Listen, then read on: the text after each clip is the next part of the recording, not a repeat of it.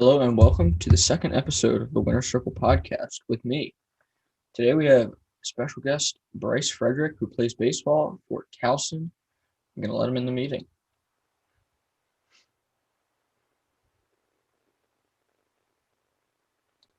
Hey, what's up? What's up, man? How you doing? I'm doing well. How are you? Good, thanks. All right, so we'll just get it started off here. Do you think that the lack of the season last year was helpful to you? Like you got a chance to work out more and like do things that like improved your gameplay, or do you think it hurt you because you weren't actually able to play in game situations? I think it helped me a little bit. Um, I transferred from Radford University in Virginia, and I left like a tough coaching situation there. So it helped me transfer earlier. When the season got canceled, I was able to get out like in April instead of June or July, which is good. So I knew where I was going for longer than I would have if the season wasn't full. And then on top of that, I gained like 23 pounds in the off season because of that longer off season. So I think it helped me. For some guys, I know it definitely probably hurt them not being in game action. Like right now, obviously all these schools are opening up. I'm hurt, so I'm out for opening weekend. But game's gonna be sloppy for a little bit for a couple weeks until guys figure it out again, because most guys haven't really played in almost 2 years. Yeah. So what is Towson allowing limited fans or no fans at all? Our ballpark's set up pretty cool where we have like a bridge that goes on the first base line, and we have a hill, or a bridge that goes on the third base line, and we have a hill down the right field line. So even if we didn't allow fans, there's still plenty of room for people to come and space out. There's plenty of sight lines. We don't have our first game until the second week of March here. So we'll see. I think some people will be allowed, but there's definitely a ton of room for people to come in and watch games. So do you think a lack of fans will hurt you or help you? Like sometimes like some guys get rattled when there's fans and then other guys like play better when there's fans because they feel like they've got like support or whatever. Do you think that'll affect you at all? I don't think it makes that big of a difference. We played down at Georgia Southern in 2 weeks, and they had great fans last year. I played them last year, Radford did, and they had great fans, great like beer deals there. So all the fans were riled up, and they were heckling a lot, and obviously we'll see how much impact that makes this time around. Because honestly, they were some notable people down there, and they made it fun. So we'll see. I know at home it probably won't make that big of a difference because we're in our own environment. Regardless, we practice there with no fans every day. On the road, I guess it depends. It depends on the place. So you said you were hurt, but before you got hurt and while you're hurt, I guess, what are you trying to work on, trying to improve the most? I try to break down my swing as much as possible. That's a big thing I did over the fall and over the winter time. A lot of drills that you see, you try to adjust the drill to your swing instead of adjusting your swing to the drill. So in this off season, I focused on probably 2 or 3 drills about my back hip and about getting some more load back there. And instead of trying to change the drill to my swing, I finally changed the swing to match the drill, if that makes sense. Mm-hmm. And I started seeing some results. So that's something I'm really working on, is just going real slow, compartmentalizing things, and then applying it to what I need to apply it to. So I found some success with that. So if it weren't for baseball, do you think there'd be another sport that you would try to play competitively? That's a great question. I played basketball until my sophomore year of high school, just because I needed the winter time and the off season to kind of prepare.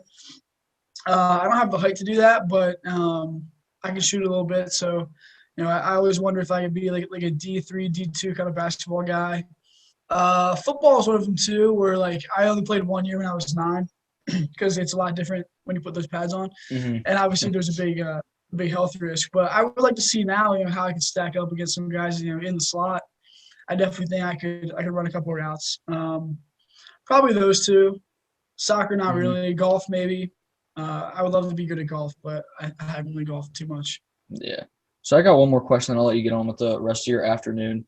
Is there any advice, like one specific piece of advice that either you've been given or that you've given in the past you could give to maybe a teenager or a younger kid who's trying to get to maybe a college athlete and then farther than that?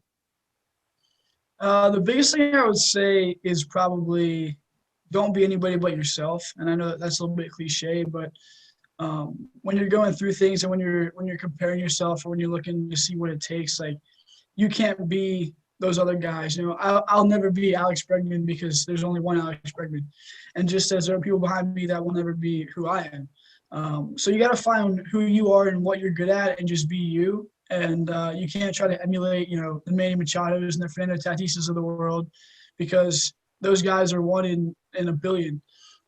So when you find your niche and when you find what you're good at, really, really get good at it and just continue to be good every day. And don't try to emulate anything. Just be you. Try to be the guy that people want to emulate, but don't try to emulate anybody else. Just fully be yourself. And then that'll take you where it takes you. And you want to be around teammates, you want to be around coaches, you want to be around trainers that let you be you always. Always let your personality show. So those are probably the two biggest things. Just be you and let your personality show. And as you continue to play and continue to get good, then those things kind of go hand in hand. So you always want to find people that help you out with doing that.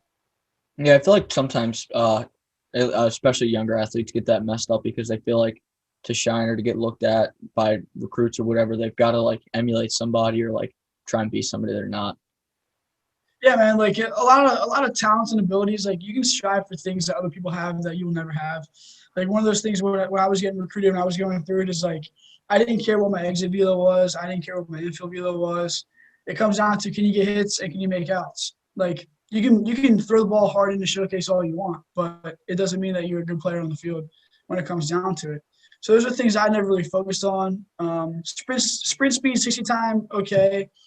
But a lot of those things like exit velo or infield velo, like that doesn't matter that much because when you're in the game, when you're making outs, and those are the Hmm. guys that they want to bring in, the next level. So there are guys ahead of you physically or whatever in the whatever rankings, what all these random people are ranking.